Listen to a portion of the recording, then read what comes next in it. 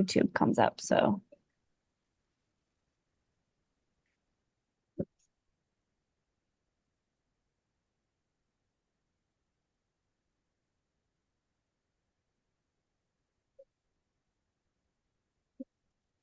Okay.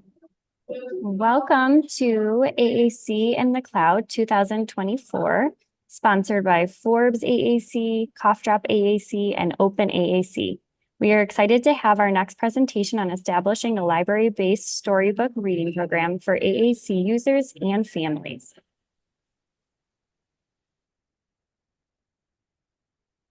Is that my cue? Yep, go ahead. All right. So, hi all. We are going to talk to you about establishing a shared storybook reading program for AAC users and families, and each of us will talk to you about the necessary components of this program. I'm Elena Dukhovny.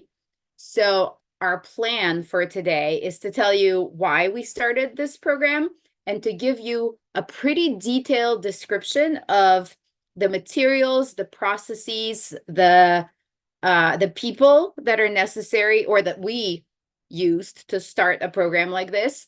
We surveyed the families to see what their input is on the program, and we'll talk to you about the team member responsibilities and perspectives. Hopefully, we'll have a couple of minutes left for Q&A also at the end. We are a team of a parent coordinator, that's Sabena, a librarian, that's Polina, an AAC professor at a university, that's me, and Himani, who will tell you her role in this program as a kind of a founder of this program. And we hope that you will be able to start a similar program at your library or in some other way in your community. So that's really our goal for today. This is our team. Four of us are here presenting. Connie Roth down here helped us to conduct the parent survey this winter. And you will hear about the readers who do the actual shared book reading every other Saturday at this library. And this is our beginning batch of readers. We're actually picking up a few more readers now, so this list will grow longer. And I'm happy to introduce our first speaker, Himani. Hi, my name is Himani. I am 15 years old. I'm in 9th grade. I attend Fusion Academy. I am a non-speaking autistic girl. AAC is my primary mode of communication. I use a speech-generated device, Accent 1000, with Unity 84 sequenced.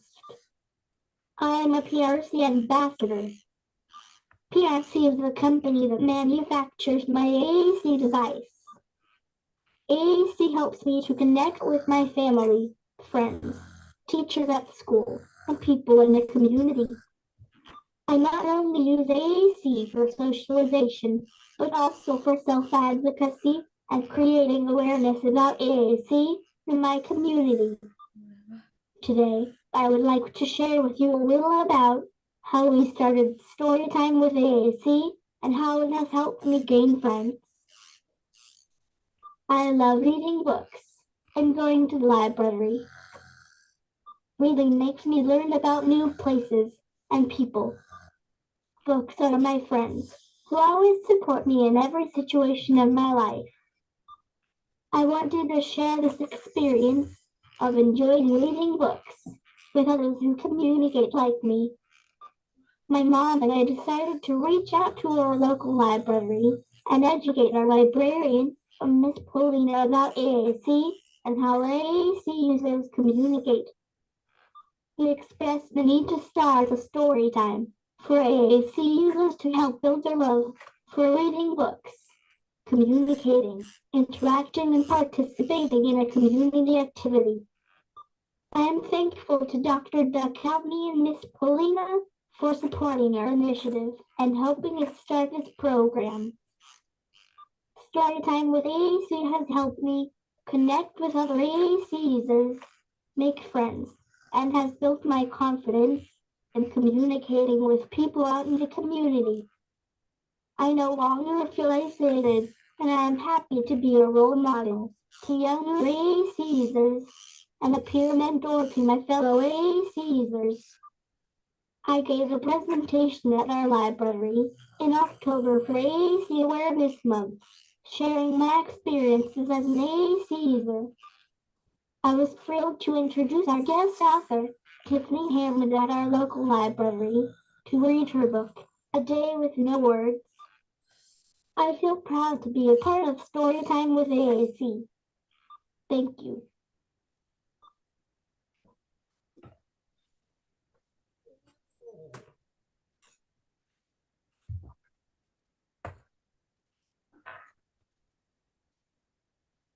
Hi, everyone. My name is Sabena D'Souza, and I'm a parent to a sassy 15-year-old. And you've all heard her share about herself just now. I'm here today because of her. And AAC as a communication tool has had a very powerful impact on her life and our lives. And the idea of starting Storytime with AAC was inspired by her love for books. And I'm so grateful to have received the support from Polina and Elena to make this program a reality. I currently volunteer as a program coordinator for 3 neurodiverse programs at the Union City Library in California, that is Storytime with AAC, Social Hangout, and Adaptive Yoga.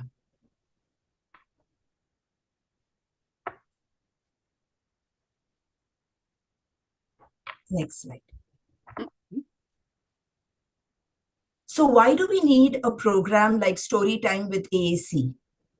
I know most of you here understand a need for this program, and so you're attending our session here today to gain information on how to get started. I don't think I need to convince you. However, I know this being a community-based program, you will be interacting and collaborating with people in your community who are not familiar with AAC or maybe new to AAC. And so I want to share with you today the opportunities our program offers for AAC users and their families. A lot of our children get mostly one-on-one therapy and don't get a chance to participate in group or community activities. Our program offers this opportunity for them to meaningfully participate in their community and in this case, their local library. I think one of the best ways of helping your child develop a love of reading books is not just exposing them to different books and reading to them, but visiting your local library regularly. And sharing from my personal experience, I didn't feel comfortable visiting the library with my daughter when she was younger because she couldn't sit still. And I didn't feel that it was a place that was easily accessible for her because she wanted to move around so much. And when she got a bit older and I started taking her to our local library, I saw that she developed more interest in books and enjoyed reading books with me at the library. And now when I look back and think, I feel I shouldn't have had to wait for her to be able to access the library. But what could have been done to make the library accessible for her when she was younger? And the interaction that happens during shared reading gives AAC users the opportunity to build their communication skills. They are encouraged to respond, comment, ask a question, which also teaches them the different ways they can communicate. For many of our participants, our program is the only time they get to meet other AAC users and see them using their AAC to communicate. It is a place where they don't feel like they're the only person in the room communicating differently. They see others communicating just like them, and it helps build their self-confidence. It also gives them an opportunity to interact with other AAC users and build friendships. Now, you all heard from my daughter's perspective on why she wanted to start this program. Now, I would like to share my perspective. When my daughter first started using AAC, I had no clue how to use it. And even though I had so many trainings with her AAC specialist at school, it was hard for me to understand the concept of modeling. I just couldn't wrap my head around it. And being a speaking person, communicating with my child using AAC just seemed like such a foreign concept that I almost dreaded it. And I did not use her AAC to model for her for more than a year. So it took me a lot of time to overcome my fear and finally dive deep into learning about how AAC works. So my reason for introducing this program was to help other caregivers understand how to support their child and help them communicate. And we provide resources to caregivers to help them develop their modeling skills and also help show them how they can apply these skills in other areas of their child's lives. And Paulina will speak more about the resources we share in the upcoming slides. Now I will give you a brief overview on what Storytime with AAC looks like. It is a place for AAC users to enjoy story time by listening to a story and engaging with the reader. Here you see the reader is reading the book on the big screen. She is engaging the AAC users using the shared reading strategies, which Dr. Dukhovny will explain in detail in the upcoming slides. So the reader models the core words while reading the story, and parents and caregivers in turn model the same core words on their child's AAC device. We have volunteers who help support new families who need that one-on-one assistance in helping navigate the core words.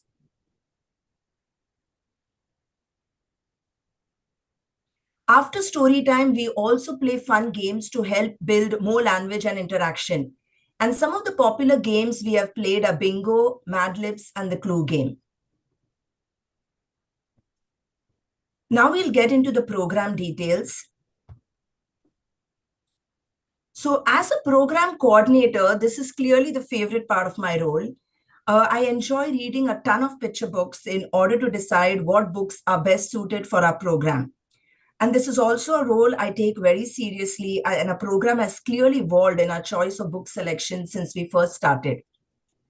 So we have a wide range of participants attending our program, from kids starting at 3 to 4 years old till young adults of the age of 18 to 20 years old. So I'm always mindful about picking age-appropriate books. We always pick books that have a theme or a message that the AAC users can relate to. For example, books like Be Brave, Little Penguin, Giraffes Can't Dance. These books talk about being brave, believing in your abilities and uniqueness. We pick books that have core words in it, and we are also mindful of the text.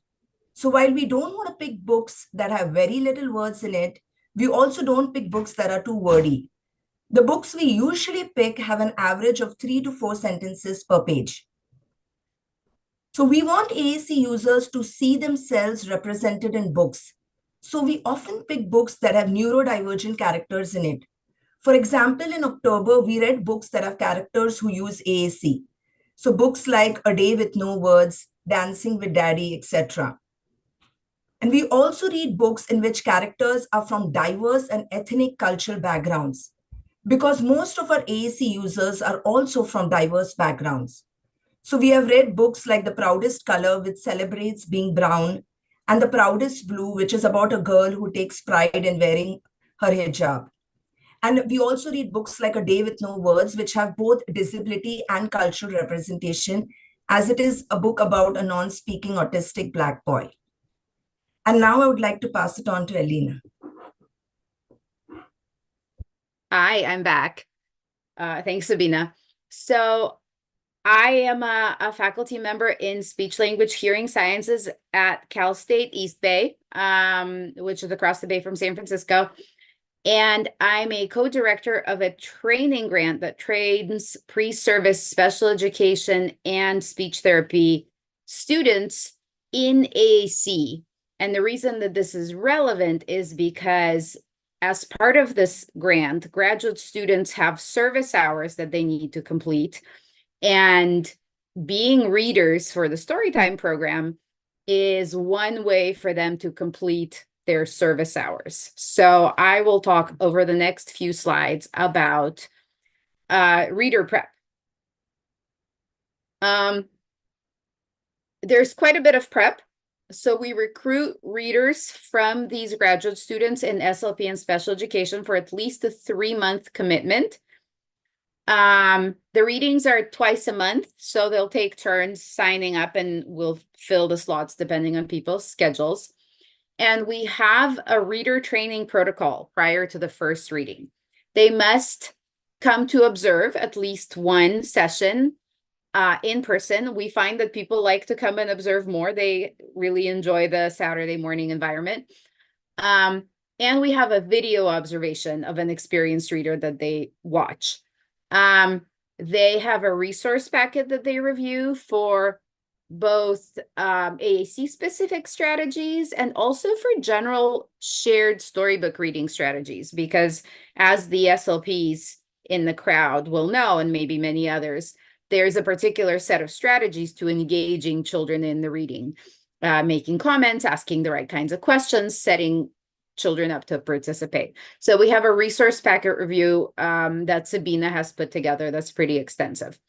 Before the first book, the reader co-creates the discussion questions and generates the target vocabulary list for the day with me in a coaching kind of framework to get my feedback and get on the right track to set up for a successful reading. And then one of the first readings, I attend the readings to give feedback to the reader on what they're doing right and what they need to tweak.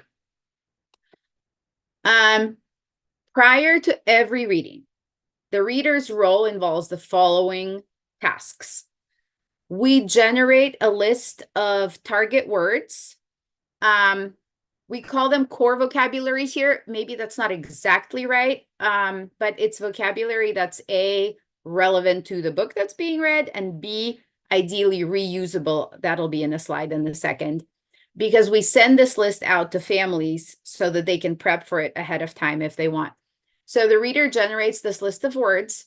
The reader has to practice the target vocab on either Proloquo to go or Touch Chat. This doesn't mean necessarily that we endorse these particular apps. It's just the most frequent ones that kids come in with. The reader generates conversation starters or points where listeners can participate in the interaction. And the reader creates a game for after the book reading. So the book reading takes maybe 35, 40 minutes. Then there's a 5-minute break. Then there's a game. How we select the vocabulary for the week, we base ourselves in evidence-based practices. We pick keywords that are important to story retell. So if the book is about a little pea that was jumping out of somebody's plate, the word pea probably needs to be, like a green pea, needs to be on that word list. We pick ideally reusable high frequency words so that kids can use them during the story time and also outside of the story time in their day-to-day life. We make sure to include not just nouns, but also actions and descriptors, because we're working with emerging communicators who need to practice combining words, and we need the different parts of speech to combine words. We always include a question word. What, who, how, depends on the story. And we try to build an opportunity for the listeners, so for the kids who communicate with AAC, to actually ask somebody else a question, because it's a kind of an underrated skill that kids need to pick up. And it's okay and appropriate for some of the vocabulary to be the same week to week. So things like jump and run and happy and no may very well repeat. The reader generates this list and then puts in an icon sequence list. You can see one on one side for the book, The Little Butterfly, and it's done in Touch, Chat, Saltillo icons. No, wait, again, try, stay. There's that question word, what, on the bottom. On the other side, you see the book, The Proudest Blue, with the vocab list. Hello, sister, strong, whisper, yell, why? And it's done in Proloquo to Go grid size, or Proloquo to Go icon sequences. The reader creates this icon list, sends it to Polina, and Polina sends it out to registered families. So you can see there's a little bit of logistics here so that families can practice these words. The caregivers particularly can practice these words if they have time before the reading. At the session, we also have printed sheets with these icon sequences available at the door because some people have a chance to practice at home and some people don't. And we've established like a 7-8 minute, maybe pre-practice round before we begin the actual reading. The guiding reader goes through each word so that the caregiver can either imitate what the reader is doing or find it on their own device to go through these words before we get into actually using these words for story retell participation. So the reader demonstrates each word on either touch, chat, or Proloquo, and the families practice.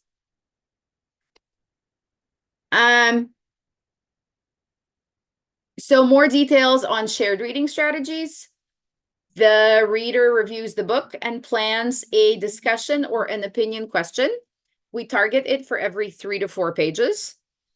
That's not research-based. That's just kind of common sense participation-based. Importantly, these participation questions should have no wrong answer. I think we all know this. If you can get an answer wrong, it becomes a lot less fun. Typically, they will highlight some interesting aspects of the book. They explore personal connections. We brainstorm the responses, the possible responses to these questions to make sure that we're asking questions that can be answered in some modality that our listeners have available. So through gestures or through kind of a yes or no, through the words that we're practicing, some common words, so that we're not setting up kids for failure by asking them questions that they don't have the fringe vocabulary for. So some examples here. Personal connections. We're reading about a butterfly that was impatient. The butterfly was impatient. Have you guys ever been impatient? Raise your hand if you've ever been impatient. Or recently we were reading about this runaway pea that fell under the fridge and found some dried grapes under the fridge. And so we said, hey, look at your food page and what food do you think might be under your fridge? So they got to have some fun thoughts about what might be under their fridge at home. Here is a video of a reading and a little bit of personal interaction that's based on the fact that in the story, the characters were saying hello to each other. The sound should work. We just tested it. Fingers crossed. So there's a difference we can make and a love we can all show. So the love we can show for everyone. As our circles grow and grow, and we watch them wonder-eyed. Remember the first circle started with just one you hold inside. So it starts with yourselves first. And then you expand the love to everyone. So I have a question for everyone. What is your favorite way to say hello? Hello. So maybe you could say hi, or you could give people hugs. That's a good way to say hello. So you can see some device-based communication in the back, and you can see Himani reaching out to another participant for a fist bump. Or maybe you give like a fist bump. I've seen people give fist bumps, you know. The other thing you're going to see is that sometimes the caregiver will model on the same device that the kid has. I call them kids roughly. We have a couple of older participants, but mostly I'll call them kids.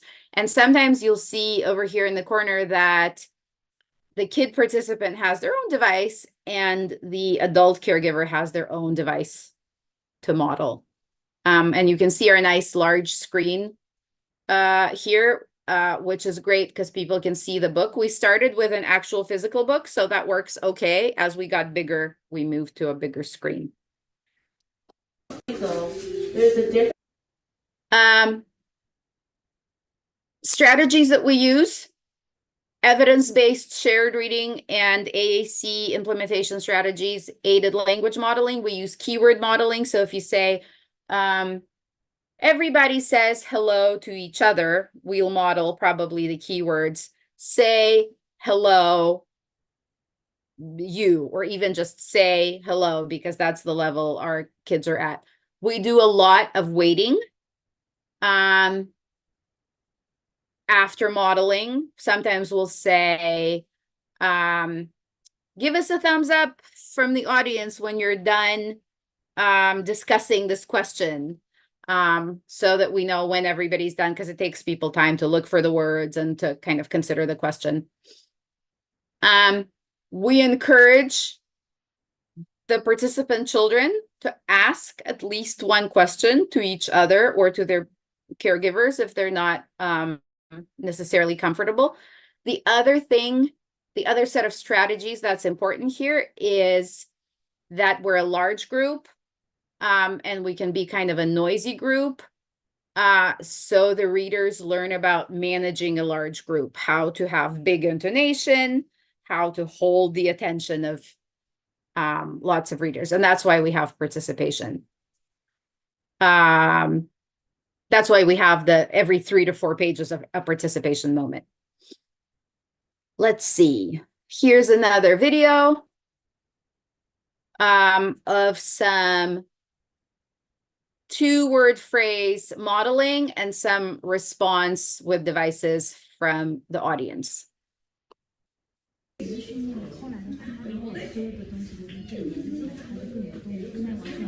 we're gonna move on. So, Valentine's Day is a day for love. Yuck, said Jim. It sounds more like the grossest holiday. Jim went to find his neighbor, Norman. I bet Norman thinks Valentine's Day is as gross as I do, thought Jim. So remember, he thinks that Valentine's Day is yucky. So I'm gonna do a word combination. I'm gonna say Valentine's Day, yucky. If you want to try combination. Keyword modeling. Valentine's Day is groups. Holidays. Valentine's Day. Valentine's Day. And then he thinks it's yucky. He thinks it's gross. So we'll describe. Yucky. Yucky.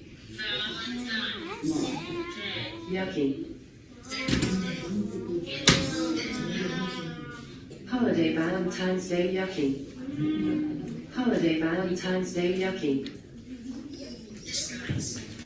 So you can practice your words.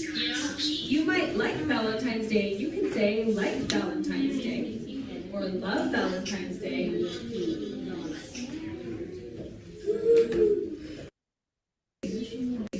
Oh. All right, so that's the reading. After the reading is a quick break, and then there's a game. Ideally, the game is something that uses the day's vocabulary. Polina will talk to you about a lot of nice library resources that we take advantage of for these games. And we try to use few perishables, so we try to use reusable game stuff that's available in the library. We've played some movement games. We've played some bingo. As long as it's appropriate to kid language and any other considerations, like we have some kids with mobility limitations, so we try to think about that ahead of time.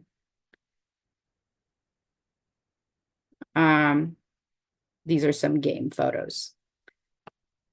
Moving on to Polina. Okay, thank you. So I'm going to talk a little bit more about the way that we set up our library space, but let me introduce myself first. My name is Polina Rubanova. I'm a children's services librarian at Union City Library, which is a part of Alameda County Library System. And for a number of years now, I've been working with our community members to offer programs for children with complex needs. And it's been a really great journey for our library. So these programs started as community-led efforts. Our mutual friend, Sabena, who is a parent volunteer, was really instrumental in developing sensory and skill-building playgroups and adaptive arts and crafts and music programs. And those programs were how Himani and Sabena and I met many years back.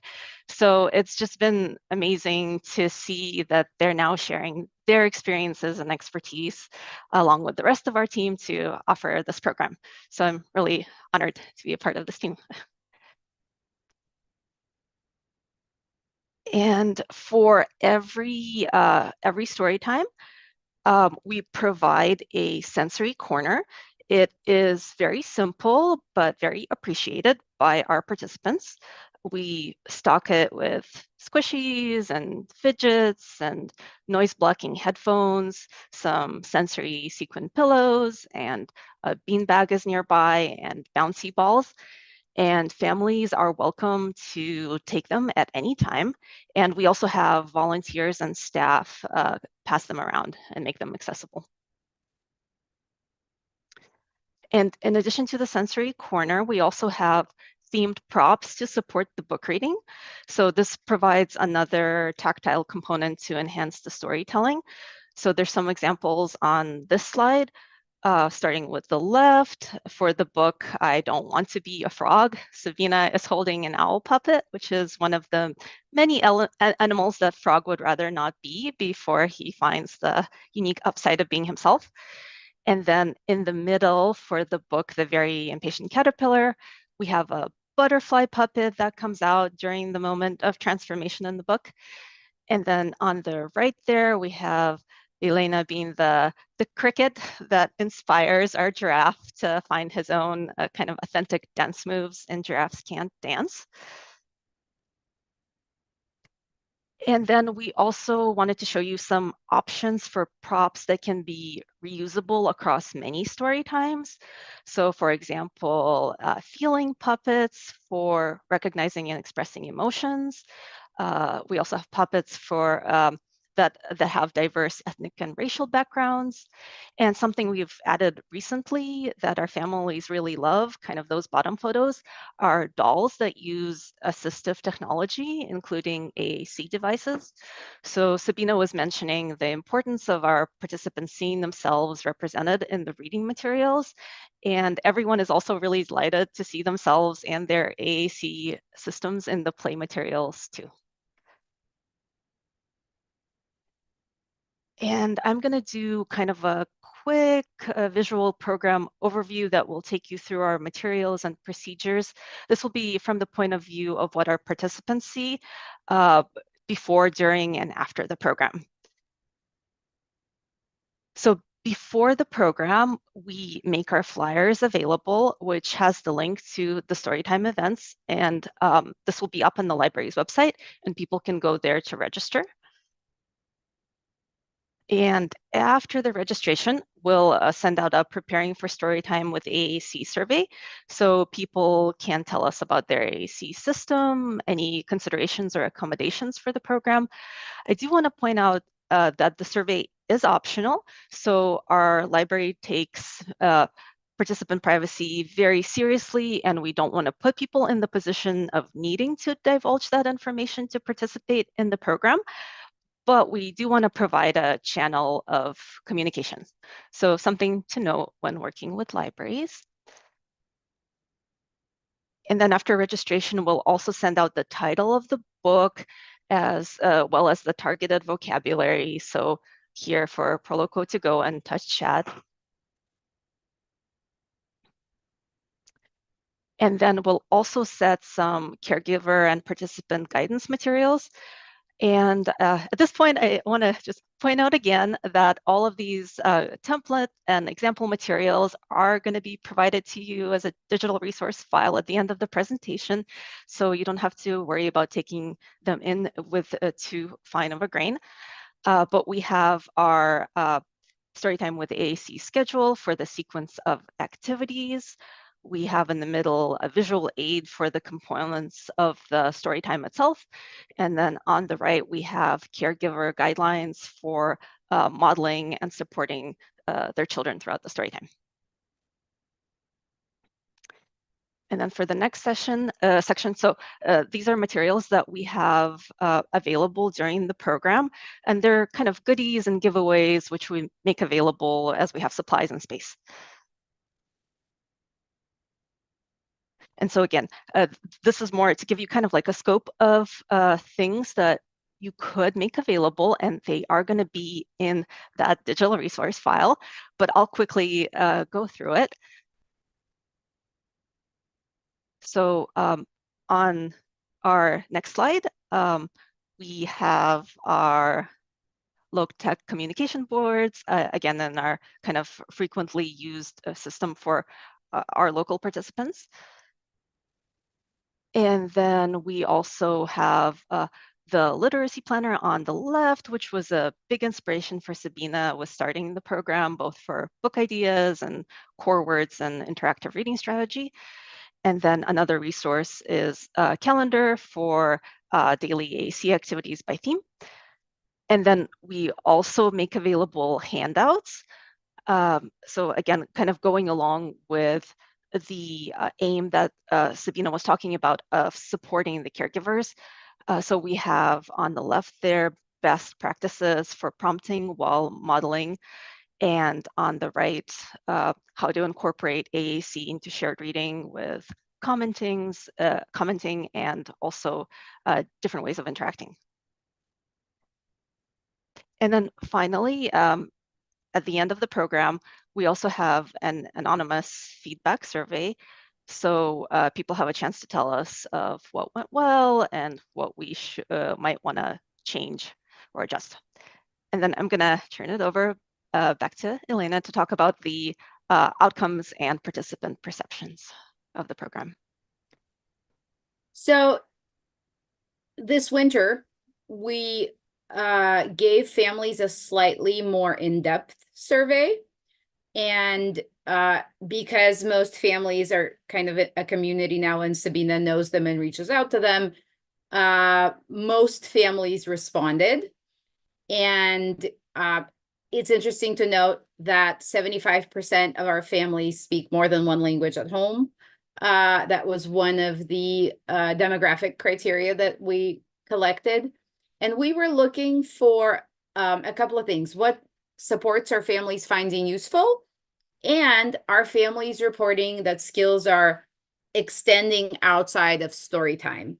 And this is not a super scientific survey, so take it for what it's worth. But what we're seeing as a quality control kind of survey is that caregivers are reporting all of the supports as useful or very useful, sending out words in advance, useful socialization opportunity, useful to meet other parents, useful to observe aided language modeling. And families, most families are reporting an increase in frequency and confidence of caregiver use of AAC. And families are reporting increased use of AAC systems to communicate by their children. So it sounds like this program is having an effect outside of the actual program, which of course is super exciting. And we left a couple of really nice quotes here from families about families feeling like they're gaining skills, their kids are gaining skills, they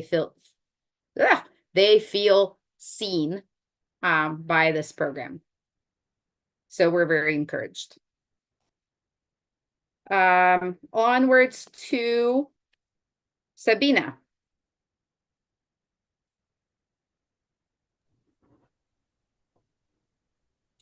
Yeah, hi everyone. Now I would like to talk about some of my other responsibilities as a program coordinator.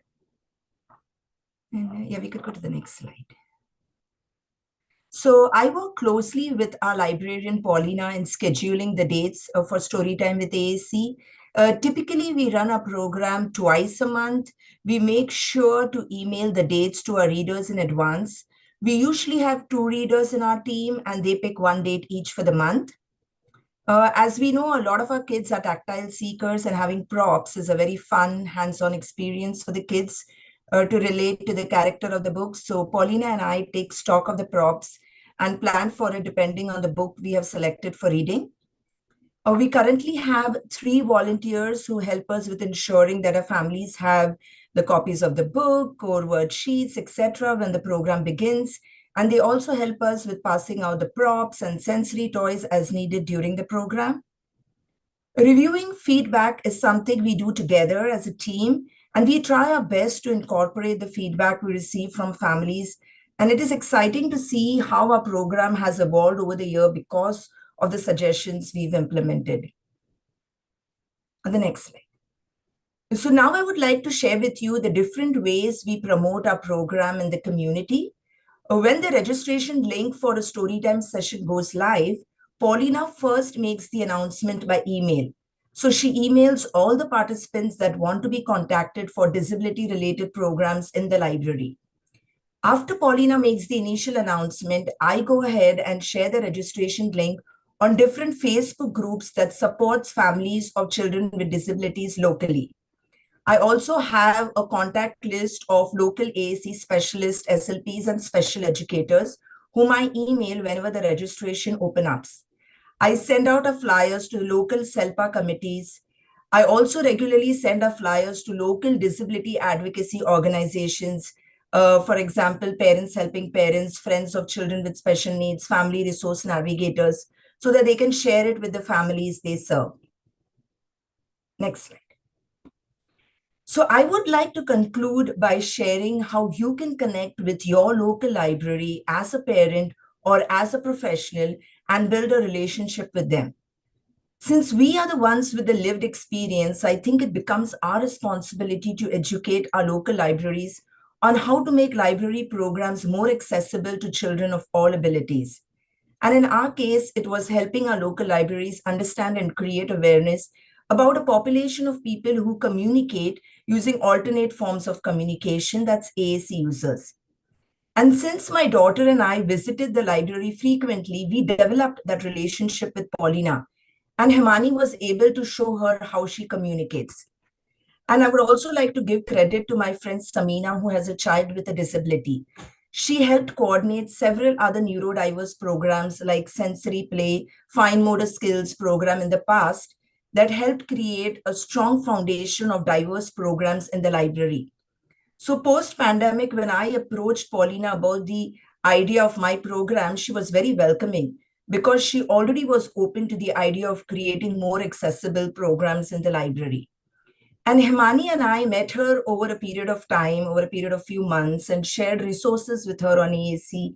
We read books together, I modeled core words, and Himani interacted with us.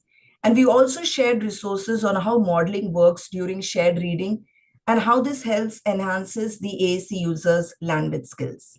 Thank you. I'd now like to pass it on to Pauline.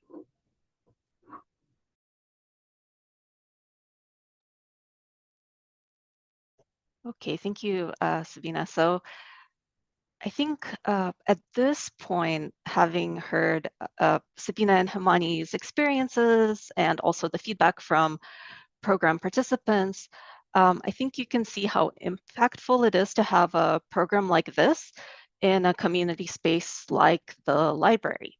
So if this is a program that speaks to you and you might be thinking about approaching your local library, I want you to know that there's definitely a movement in libraries to expand the equity and accessibility of their services. And while Storytime with AAC has so much overlap with the love of reading and using the library staff might not have the knowledge in AAC. So as Sabena was saying, we need the AAC experts in the community to support us and provide that missing piece and help us create a partnership that allows us to extend beyond our traditional services. And finally, from our experiences at this library, I would say that this program absolutely invites in people that might have felt that they've been traditionally excluded from the library or might have self-selected out. And it's a wonderful way to start the the conversation with the library to help diversify collections, request accommodations for other library programs, and raise awareness in the community about neurodiversity and disability rights in general. And Sabena has already covered many of the coordination roles. So I'm gonna kind of point out just a few things from the library side in terms of logistics. So the library is the point of contact for participants before the program with flyers and registration, and after as a chance for feedback. And I would say the most important thing is just constantly listening to feedback and adjusting and iterating the program. So if you go to the next slide, you can kind of see the evolution of the program, at least in terms of space, of us kind of contending with our main issue, which is a limited physical space and a demand for this program. So we've really been adjusting seating, providing different types of seating, trying to get enough quantity of books, and adjusting for a larger screen to make things visible, as well as amplifying sound. So again, this is just our implementation of this program that has worked well for our space and participants. It's by no means the only implementation of this type of program, but that has been what has been working for us to kind of expand the offering of this program to more people. Okay, and let me turn it over to Elena for the university perspective. All right, so to wrap up a couple of other things, from the university perspective, this is a super unique, authentic, hands-on, interdisciplinary training opportunity. It does require some resources, iPads for practice, training materials, some of my time for coaching. So it's nice to have it built into some clinical or class or service experience. Doable, but takes a little work. Storytime readers learn evidence-based practices, and the initial feedback has been very positive from these readers. They want to come back. We've had readers who want to come do reading, even though they're not part of the training grant, because they just loved the environment so much. We're full weekly. We're adapting, as Polina and Sabena were saying. So it's possible to start smaller and adapt and change. And I think that covers it. A bunch of thank yous to our readers, to the Union City Library's former and current managers, to the Newark Library, which we connect with, to families who are a big part of the organizing process, graphic designer for the Alameda County Library, and our community volunteers. And hopefully this means we have a couple of minutes left for questions. Thank you all. Oh, and QR code for materials. We weren't kidding. Awesome. Thank you for that wonderful presentation. Very informative and sounds like a great program.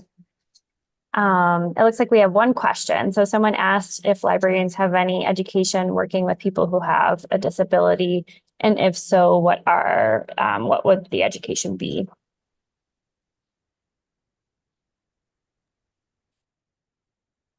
So I guess this one is for me. So I think it varies for librarians in general. For me talking about myself and my bio, I know I've had a lot of experience because I've been working with families, so that has provided so much hands-on experience. And I know that because we are trying to make the library accessible, it's something that we're kind of behooved to learn about, but it really depends on the librarian if they have that life experience. And then, of course, we, provide ASL interpretation. We try to provide other accessibility services as a part of the library service, but it's something that we're constantly trying to improve upon. And I think like in our experience at Union City Library, starting these programs with that community effort with Sabena and Sabena, so it becomes something that we're able to do in one location and hopefully expand that training out to other locations. So we've kind of been learning along with the community and offering these programs, and then me as library staff I share it out to the rest of my colleagues. So I would say as part of library training, it can vary. There's definitely kind of built-in accessibility of services, but beyond that, it kind of varies widely. So.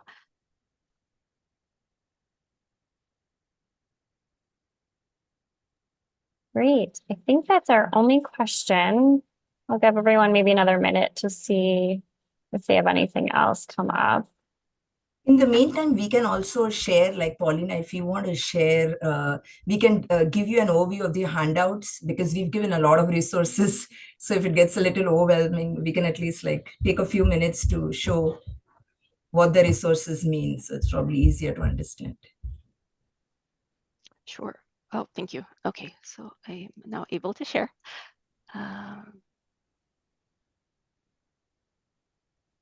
Okay, so this is where that URL for the digital file goes to.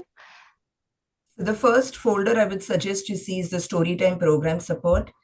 So these, the first three handouts are the basic handouts which we offer in every single program, which is basically the schedule. Now, this is something new, the Word document or the PDF document. This is something that I've compiled, what inspired me, the different resources. So for example, AAC Language Lab is where you can prepare core word sheets for a touch chat, or if you have LAMP or, any PRC Sotelo device. The other is like lesson picks can be used for games like bingo and all. If you don't know what shared reading strategy is, then please look up the shared reading module, which is developed by Project Core. It's an excellent resource for you to understand what shared reading is.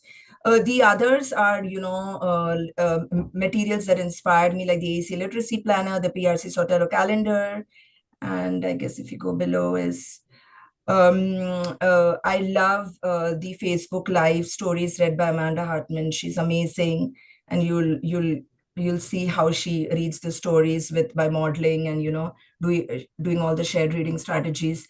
Then yeah, and the rest are just other resources that inspired me. Kate Ahern has an amazing resource of books of characters who use AAC. And Drawn to AAC, we really appreciate the logo that we use is from her. So we pick a ton of her images for our presentations. Then the core word sheets. So this is, I think, something which should be very exciting for you all, because if you are starting and I hope you have a lot of support, but in case you don't, then, you just pick the books that we've read so far. We've read 35 books so far, and I have provided you with the core word sheets for Touch Chat and Proloco to go for these two. Now, we are in no way endorsing these companies. It's just that the kiddos who come to our program, the kiddos or the young adults who come to our program use majority, in fact, 95% of them use either Proloco to go or Touch Chat. So that's why we have core word sheets. And additional resources are again materials that have inspired us to start this program, or just something we give out as freebies from time to time to our participants and the families. So there are tons of resources. I hope you take advantage. Thank you. Those are all so great. Thank you for sharing. It looks like we don't have any other questions, so I'm going to end our live recording.